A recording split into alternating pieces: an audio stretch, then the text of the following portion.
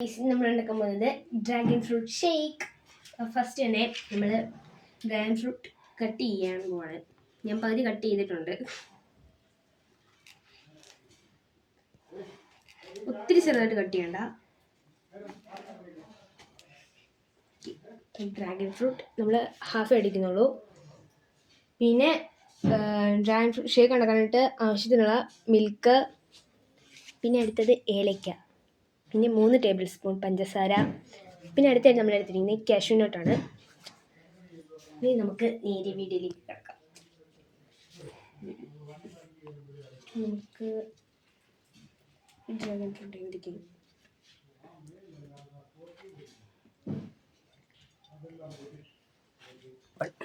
Guys, കൈ മുഴുവൻ ഭയങ്കര കളറാണ്.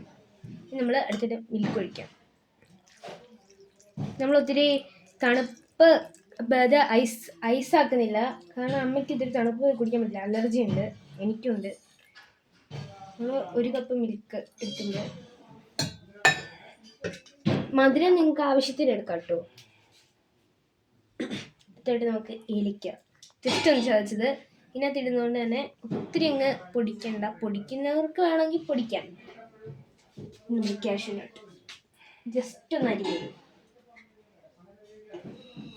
അരിഞ്ഞെന്ന് വെച്ച് കഴിഞ്ഞാൽ കഴിക്കുമ്പോഴത്തേന് ജസ്റ്റ് ഒന്ന് കടിക്കാൻ കിട്ടണം, അതാണ് എൻ്റെ ടേസ്റ്റ്. ഇനി അടുത്തായിട്ട് നമ്മൾ പഞ്ചസാര ചേർക്കാൻ പോകണം.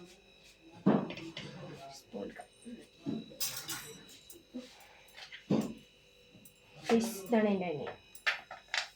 അതിനിടയ്ക്ക് ഞാൻ പഞ്ചസാര ഒഴിക്കാൻ കൈ നീട്ടുന്നുണ്ട്. അമ്മ ഇച്ചിരി കൊടുക്കടി. പഞ്ചസാര പൊതിയാണ് പ്ലീസ്.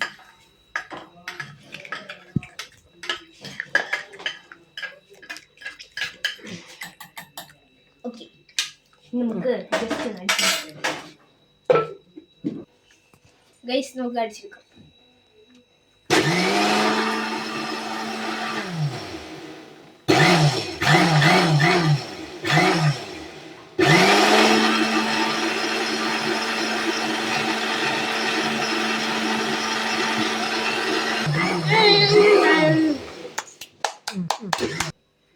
ഗൈസ്, നമ്മുടെ ഡ്രാഗൺ ഫ്രൂട്ട് ഷേക്ക് ഇവിടെ റെഡി ആയിട്ടുണ്ട്.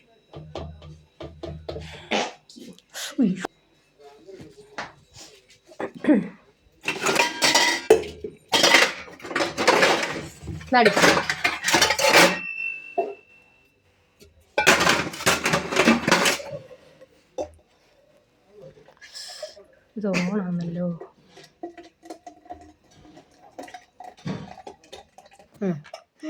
കൊച്ചുകുണ്ട വണ്ടിയാണേ. അയ്യോ ഗൈസ്, നമ്മുടെ ഷേക്ക് ഇവിടെ റെഡി ആയിട്ടുണ്ട്. ട്രൈ ചെയ്ത് നോക്കാം. അടിപൊളിയാണ്. ഒന്നുകൂടെ പിന്നെ നിങ്ങൾക്ക് പിന്നെ മധുരം വേണമെങ്കിൽ കൂടുതൽ ആഡ് ചെയ്യാം. നല്ല ടേസ്റ്റ് ആണ് കേട്ടോ. ഞാൻ ട്രൈ ചെയ്ത് നോക്കാം. ബൈ.